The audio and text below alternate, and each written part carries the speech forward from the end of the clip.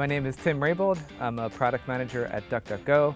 I'm 39 years old, and this is my Kanna story.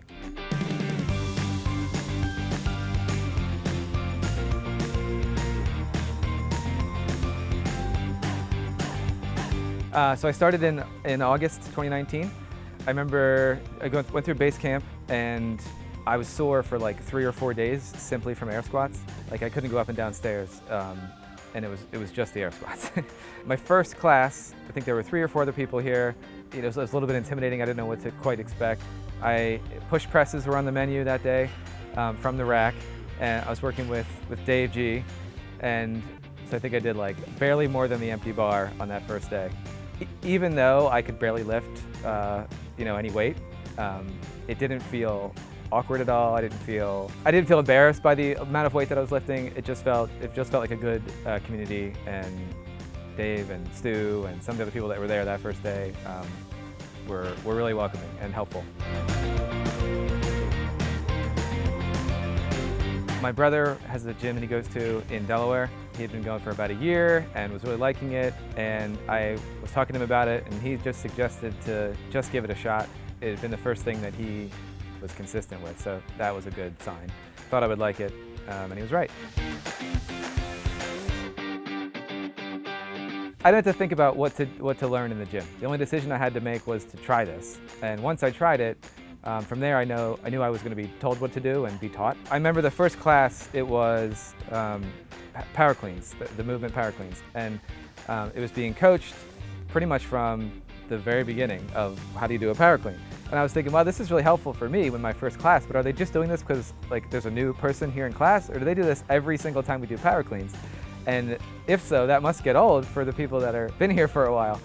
And so I wondered that the first day, and now I know that you do that every single time you do power cleans, and that doesn't get old because the technique takes a while to learn, and there's nuances, and almost every time you walk through the movements with the PVC pipe, there's a little something that I pick up that helps work on the technique. I definitely feel much more fit than I ever have been. I mean, in high school, I did sports. I played basketball a bit, and I did cross country. So I was in shape in high school, but never strong, I would say.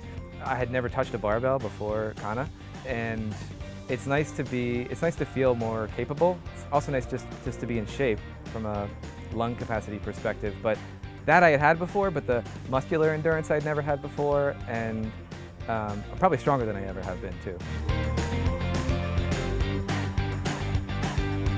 I work from home, so developing a routine is pretty important to staying productive when you work from home, at least I find. And having a scheduled class every day in the morning just starts my day off the same, and starts my day off in a way that I get to sweat, so I think that has positive impacts not just for how I feel physically the rest of the day, but mentally too. It kind of clears my head and gets me prepared for the workday. It's the first time we've had a shared hobby, I think.